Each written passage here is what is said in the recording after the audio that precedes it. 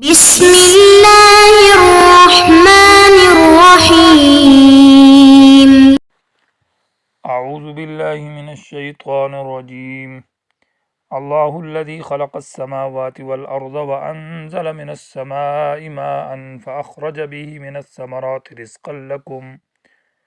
وسخر لكم الفلك لتجري في البحر بأمره وسخر لكم الأنهار. عزیز طلبہ اکرام، سبق نمبر 107 آیت نمبر 32 سورہ ابراہیم۔ چوتھا علم جس کا حاصل تھا زجر اور تخفیف۔ زجر اس بات پر تھا کہ خود بھی کفر اور شرک کرتے ہو اور اپنی قوم کو بھی گمراہ کیا اور دارالبوار جہنم کے اندر داخل کر دیا اور شرک میں مبتلا کیا۔ پھر اس کے بعد امور مدافعہ للعذاب کا ذکر تھا کہ یقیم الصلاۃ وینفقوا مما رزقناہم، نماز کی پابندی کریں اور اللہ کے راستے میں خرچ کریں قیامت کے دن سے پہلے، جو کہ جس میں لا بیع فی ولا خلال، نہ خرید و فروخت ہوگی نہ دوستی کام آئے گی، کیونکہ الاخلاء یومئذ عدو الا المتقین، کہ دوست ایک دوسرے کے دشمن ہوں گے سوائے متقین کے۔ اب اس کے اوپر دلیل عقلی ذکر کی جا رہی ہے کہ اللہ کی عبادت کرو، اس لیے کہ اللہ خالق ہے آسمانوں کا زمین کا، اور اللہ نے بارش اتاری ہے، اللہ نے تمہارے لیے مختلف ثمرات پیدا کی ہے تمہاری خوراک کے لیے، کشتیوں کا نظام سمندر کے اندر اللہ چلاتا ہے، نہروں کو اللہ چلاتا ہے، سورج چاند کو اللہ نے تمہارے تابع کیا ہوا ہے، رات اور دن کو اللہ نے تمہارے لیے تابع کیا ہوا ہے۔ ہر حاجت جو تم اللہ سے مانگتے ہو وہ اللہ تمہیں عطا کرتا ہے، تمہاری ہر حاجت دینے والا اللہ ہے،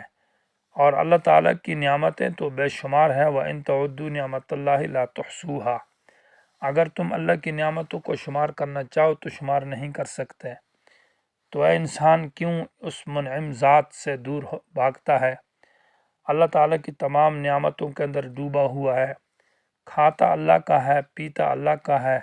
پہنتا اللہ کا ہے اور گاتا کسی اور کا ہے۔ وہ پنجابی متل ہے کہ کھانا پینا ساڑے کر تے سونا سر انداز کر۔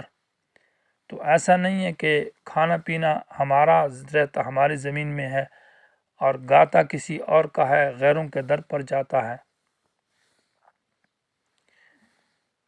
ان الانسان لظلوم کفار، بڑا نا انصاف، بڑا ناشکرہ ہے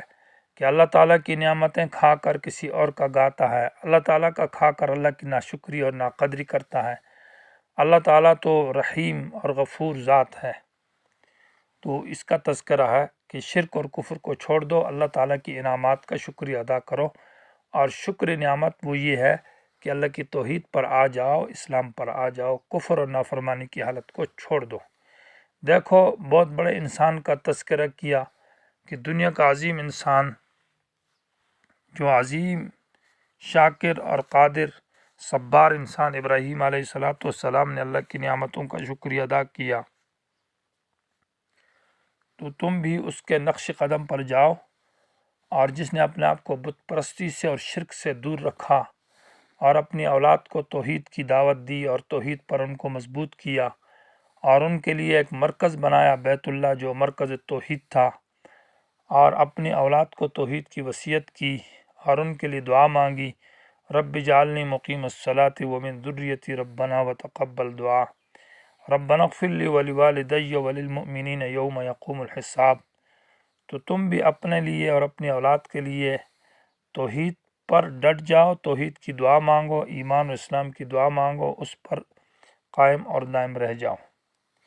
اللہ الذی، اللہ وہ ذات ہے، خلق السماوات والارض،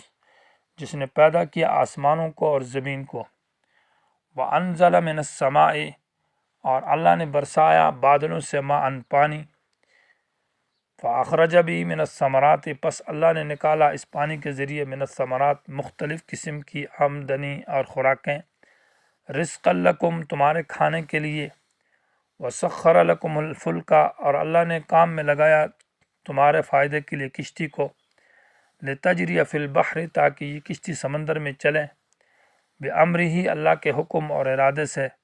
وسخر لکم الانہار، اور اللہ نے کام میں لگایا تمہارے لیے ندیاں، نہریں، وہ تمہارے فائدے کے لیے۔ وَسَخَّرَ لَكُمُ الشَّمْسَ وَالْقَمَرَ، اور سورج اور چاند کو تمہاری خدمت اور کام میں لگایا، دائبین،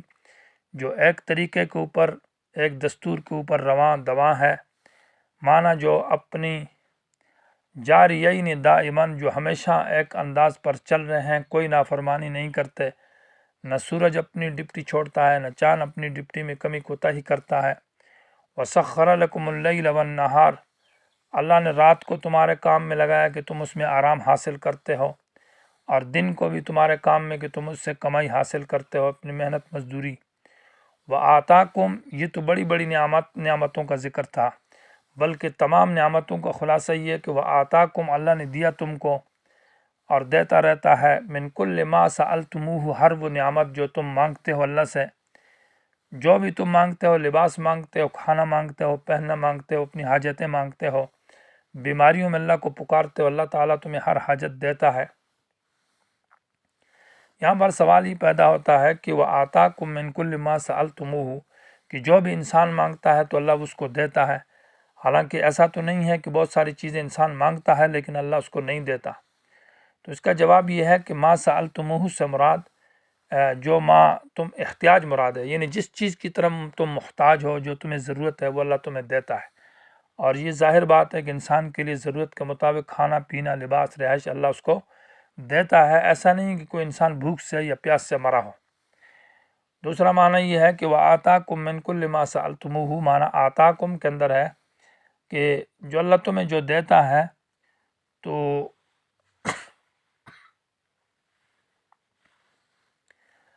یا تو نقد دیتا ہے، یا یہ کہ ذخیرتاً تمہارے لیے اللہ نے جمع کیا ہے کہ ابھی اللہ نہیں دے گا، بعد میں دے گا، اللہ کی اس میں حکمت ہیں،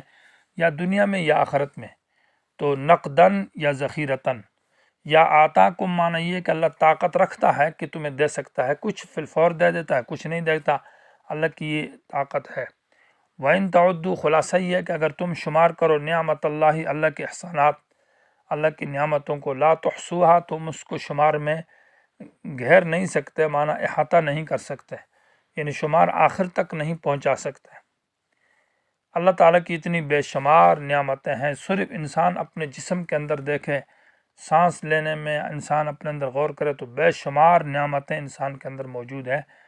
ان الانسان، بے شک انسان، لظلوم، بڑا نا انصاف ہے، کفار، نا شکر ہے۔ ظلوم مبالغہ کا صیغہ ہے، معنی یہ ہے کہ ناانصافی یہ ہے کہ اللہ تعالیٰ کی نعمتوں کو استعمال، جب اللہ اس کو انعامات دیتا ہے اور اللہ کی نعمتیں کھاتا اور پیتا ہے تو اس کا تقاضا تو یہ تھا کہ اللہ کی توحید پر آ جاتا، اللہ کی بات مانتا، اللہ کے سامنے جھک جاتا، اللہ کی تابعداری کرتا، لیکن اس نے دوسروں کی تابعداری کی، نافرمانی اور گناہ اور معصیت کرتا ہے، تو یہ ناانصاف اور ظلم ہے، ناشکری ہے۔ وہی بات ہے کہ کھانا پینا ساڑھے کر تے سونا سرانداز کر۔ کفارن، پھر ناشکرہ ہے کہ ان نعمتوں کی ناقدری اور ناشکری یہ ہے کہ ان کو اللہ کی مرضی کے خلاف استعمال کرتا ہے، گناہوں میں، معصیت میں، کفر میں اور شرک میں۔ سورہ نحل کی آیت کے اندر ہے وَإِن تَعُدُّوا نِعْمَتَ اللَّهِ لَا تُحْصُوهَا إِنَّ اللَّهَ لَغَفُورٌ رَحِيمٌ، اور یہاں ہے وَإِن تَعُدُّوا نِعْمَتَ اللَّهِ لَا تُحْصُوهَا إِنَّ الْإِنسَانَ لَظَلُومٌ كَفَّارٌ۔ دونوں آیتوں میں فرق ہے، اور وہ فرق یہ ہے کہ یہاں چونکہ دو حیثیت اللہ تعالیٰ کی جو انعامات ہے ان کی دو حیثیت ہے، ایک منعم کے اعتبار سے جو کہ اللہ تعالیٰ کی ذات ہے، منعم اللہ ہے، محسن احسان کرنے والا، اور دوسری حیثیت منعم علیہم جس پر انعام کیا گیا ہے اس کی حالت ہے۔ تو یہاں سورہ ابراہیم کے اندر منعم علیہم کی حالت کو ذکر کیا کہ اللہ تعالیٰ نے جو نعمتیں کی ہے تو منعم علیہم جو انسان ہے کیا اس نے اس کی قدر کی یا نہ کی، تو جواب میں دیا کہ لظلوم، بڑا نا انصاف ہے، نعمتوں کا شکریہ نہیں ادا کرتا، کفار، نا شکر ہے، بے جائے استعمال کرتا ہے، نا قدری کرتا ہے، نا شکری کرتا ہے، تو منعم علیہم کی حالت کو ذکر کیا۔ اور جبکہ سورہ ہجر کے اندر، سورہ نحل کے اندر ہے کہ ان اللہ لغفور رحیم، منعم کا حال ذکر کیا ہے کہ منعم کا حال یہ کہ وہ پھر بھی غفور ہے، انعامات دیتا ہے، انسان گناہ کرتا ہے لیکن اللہ سزا جلتی دنیا میں نہیں دیتا، غفور، اللہ معاف کرتا ہے، اور بلکہ رحیم، جو گناہ سے توبہ طائب ہو جائے، اللہ کی نعمتیں کھاتا اور پھر توبہ ہو جائے تو اس پر تو بڑا ہی مہربان ہے۔ تو وہاں منعم کا حال ذکر کیا ہے۔ اس کے بعد وہ اذ قال ابراہیم سے عظیم انسان، محسن انسان جو ابراہیم علیہ السلام ہے، اس کا تذکرہ ہے، انشاءاللہ اگلے درس میں۔